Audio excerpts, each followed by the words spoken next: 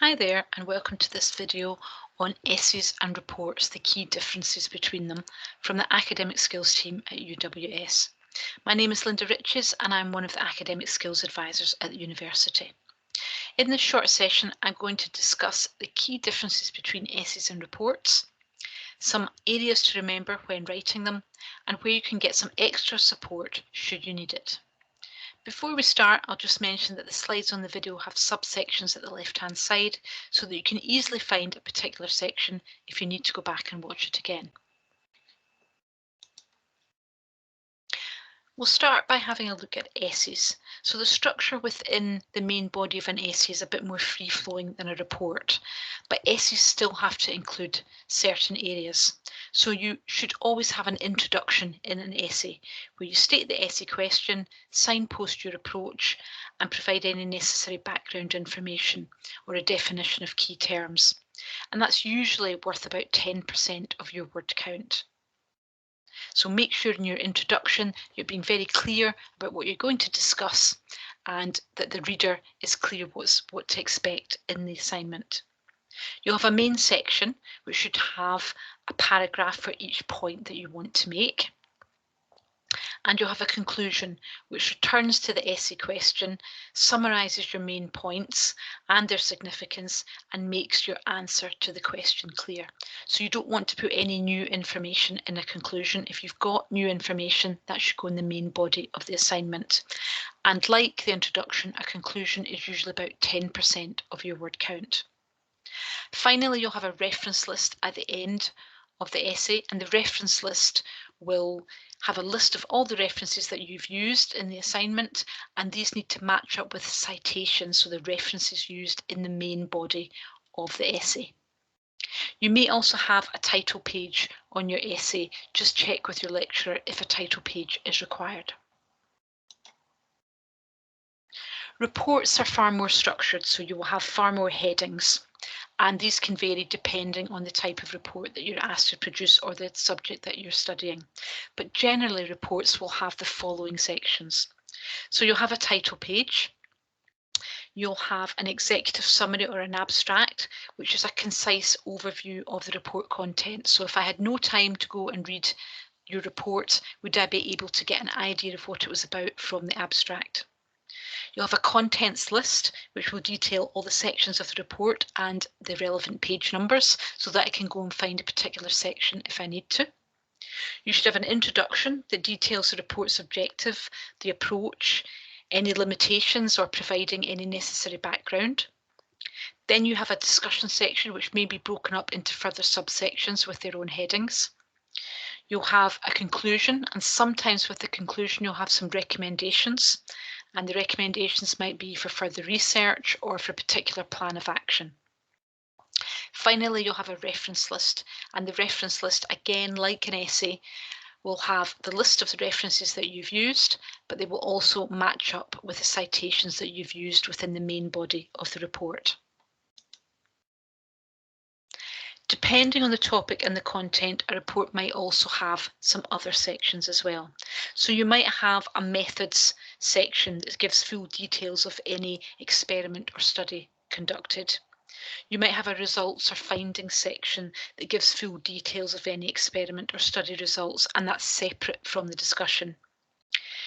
You may have an appendices section where you have any additional supporting information, for example, questionnaire data. So that's usually information that you want the reader to be aware of, but you don't want it to be part of the main report. So you put that in an appendices at the end. You might have a glossary with a list of any acronyms or abbreviations used in the report and what they actually mean. And you might have a list of figures. So if you're using any images, graphs, or charts, which you're allowed to in a report, then you might give us a list of where those figures appear in the report. So make sure that you follow any specific instructions from your lecturer about layout and sections for a report, because as I said, they can vary depending on the topic that you're studying. A couple of areas I just wanted to mention specifically about reports. If you are giving information about how you carried out an experiment, for example, then be quite specific about that information. So give some step-by-step instructions, so make sure those are clear, complete, and in the correct order.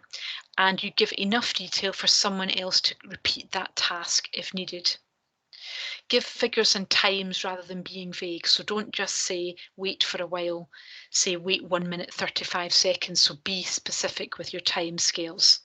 And as I said, just include enough information so that if someone else had to replicate what you have done, they would be able to do it in exactly the same way. As I mentioned earlier, in reports, you can use graphs, charts, and images, and generally you can't use those in essays. So if you're using graphs and charts and images in a report, make sure that you caption them. So make sure you put a figure number, for example, figure 1, and a description of what that figure is all about, what the table or the graph is about. Make sure that you refer to them in the text. There's no point in including them and then not mentioning them at all in your discussion.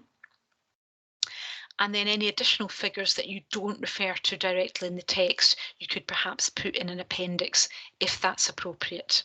Just be careful that you don't put in extra charts and information that's not actually necessary.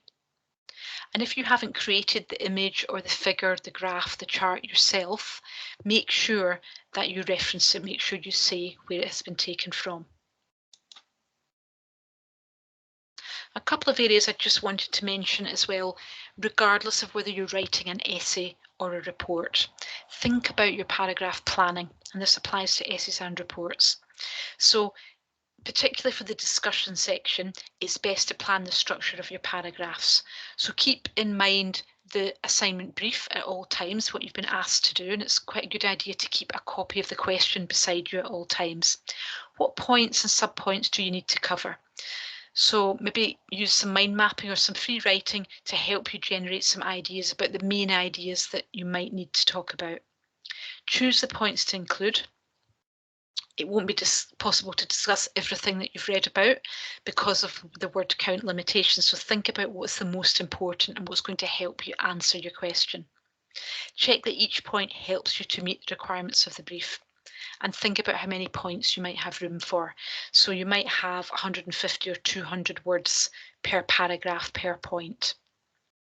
Arrange those points into a logical order and maybe play around with the right order before you submit a final report or essay, and flesh out each point into a paragraph. And the way of doing that, I'm just going to remind you, is thinking about P's. So that's a way of thinking about your paragraphs that we talk about quite a lot in academic skills. So when you have a paragraph, think first of all about the point that you want to make. So have a clear topic sentence stating the point that you want to make in that paragraph. Then back that up with some evidence. So an example, a description, a quotation, paraphrase that or put in a statistic, and remember to say where that evidence is coming from to back up your point. Then the next area is one that students often struggle with, but it's really important. Analysis. So explain what you want your reader to notice about that piece of evidence that you've presented. Fully explain a couple of pieces of evidence rather than just listing lots of different bits of evidence. And the final part there is so what. So point out the significance of the point that you've made and that evidence, and show how it helps to answer the question that you've been set. So if I look at something you've written and I think that's interesting, but so what, then you haven't made that connection for me as to how it is relevant to the actual assignment. A final point I just wanted to make about proofreading your assignment. So whether it's an essay or a report, make sure that you plan time for proofreading, as it's really easy to lose marks just through careless mistakes. So make sure you run a spell check through your work. Also try reading your work out aloud, because sometimes when you're reading it on the page, you see what you want to see. So sometimes reading it aloud can help you identify any errors. Ask a friend to proofread for you, because often they can spot mistakes that you might not be able to. Or try using text-to-speech software. So for example, some software like Read and Write will read the text out loud to you. And you can also use Immersive Reader on Office 365 in Word, which will read text out loud to you as well. Remember that Academic Skills team are here to support you. So if you want to chat to us about essays or reports, about the structure of them, about the differences between them, then please contact us for a one-to-one appointment. You can also explore the Careers and Skills web pages, where we've got plenty of information for you to read, watch and listen to. And don't forget to listen to A Wee Blether About, our podcast where academic skills advisors chat about a variety of academic skills topics. And with this particular topic on essays and reports, it would also be useful to look at our advice on academic writing, as this contains other areas to consider when you're writing your essay or report. I hope this has been helpful, and thanks for listening.